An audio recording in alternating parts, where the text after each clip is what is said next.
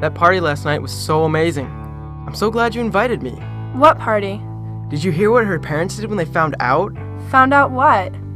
Caroline pivoted, trying to get into the circle. No one was answering her questions. She waited for them to notice she was standing there. For a couple of months, Caroline craved to be noticed. Her friends had seemingly forgotten that she even existed. Many nights were spent shedding unabashed tears while wrapped in a warm blanket. Someone stepped around her into the ring. Nervously, Caroline combed her fingers through her hair. When her hands passed before her face, she thought she could see through them a tiny bit, like a thick cloud. Caroline often felt invisible, so she came to the conclusion that it was only fitting that she became just as invisible as she felt. But it was just a figment of her imagination, she decided. The bell rang.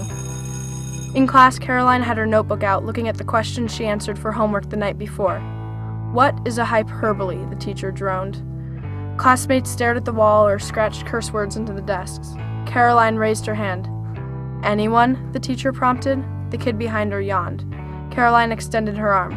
"Come on, guys, it was directly from the reading." Caroline stretched her arm to the sky. A timid student in front raised his hand just slightly. "Thank you," the teacher sighed, pointing to the other student. "A hyperbole is an exaggeration." "I knew that," Caroline thought. She gazed at her hand, still raised, and thought she could see through it a little more than last time. Everything seemed a little distorted, like looking through a thick piece of ice. The bell rang.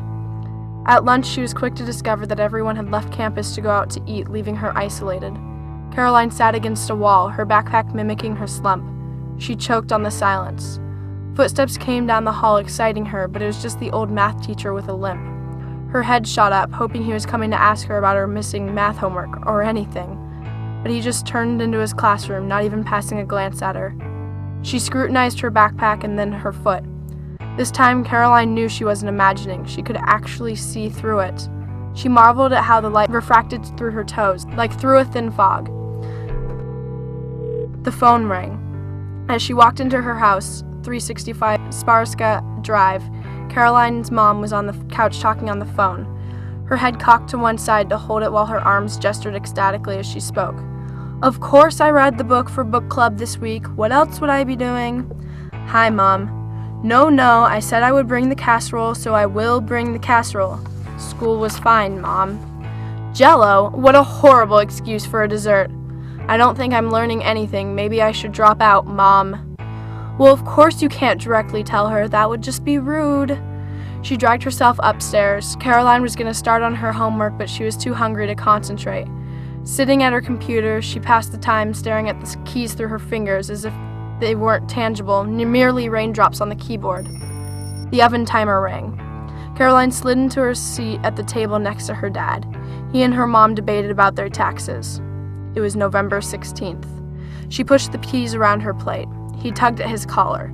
By this point, Caroline could see through to the fork's handle, though it was firmly clasped in her hand. She turned her fork over and over, watching the shape change as if it were sitting in a glass of water. She was only a glimpse of a person. I may as well not even exist anymore. Caroline glided, resorting to completing her homework as there was nothing else to occupy her time. Unzipping her backpack, she found an envelope on top. She couldn't remember seeing anyone put it there. Caroline opened, spilling red confetti shaped like party balloons. There was a party on November 16th, it said, 369 Sparska Drive, 8 p.m. Caroline checked the clock. 7:50 glowed in the red numbers. The doorbell rang.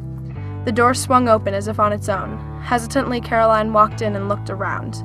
There were voices bouncing off the cream-colored walls, leading her to a door at the end of the hall. She pushed it open.